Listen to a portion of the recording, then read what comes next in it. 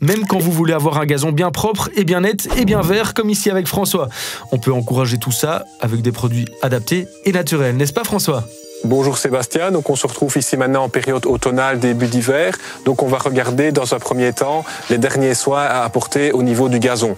Donc la dernière tonte a déjà été réalisée ou elle doit encore se faire. Donc pour ça on veillera notamment à ne pas tondre trop court, donc garder minimum 4-5 cm de hauteur de gazon pour garder un gazon plus résistant à l'hiver et aussi à l'apparition de mousse durant les périodes humides.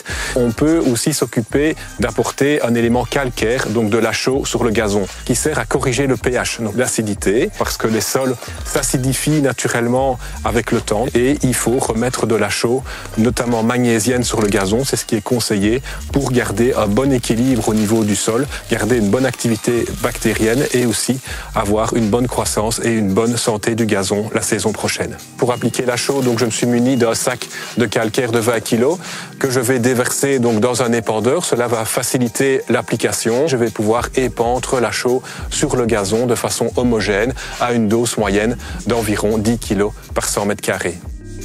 La chaux peut aussi avoir d'autres utilisations, donc notamment au compost. Il est important de corriger le pH et donc d'y apporter de la chaux. Maintenant, on ne le fera pas avec une chaux pure, mais on l'apportera sous forme d'un activateur de compost qui contient notamment de la chaux. Donc il est important de respecter différentes matières premières qu'il faut apporter de façon équilibrée.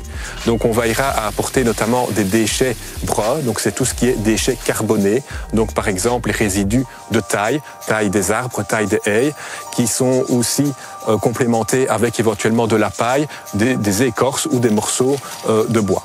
À côté des déchets bruns, on va trouver tout ce qui est déchets verts, tout ce qui vient de déchets herbacés notamment, les déchets verts du jardin, comme par exemple les tontes d'herbe ou encore les mauvaises herbes indésirables. Une autre partie des déchets sont aussi les déchets ménagers. Donc on veillera à apporter les éléments carbonés minimum 1/3 de la fraction totale et les déchets verts environ 2/3 de la fraction totale. Un paramètre important est de mélanger le tout homogènement ensemble, mais pour activer correctement le compost, je vous conseille d'apporter un activateur de compost qui va apporter donc des algues marines, donc de la chaux, pour activer correctement les bactéries. Cet activateur va aussi apporter une souche complémentaire de bactéries et de la nourriture pour que le compostage se fasse correctement. Cela est apporté donc à raison de 200 grammes par mètre carré, environ tous les 30 cm de couche de compost.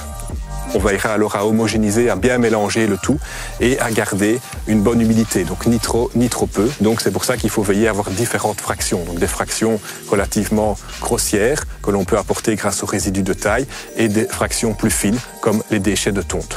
Donc il faut bien respecter cet équilibre-là aussi.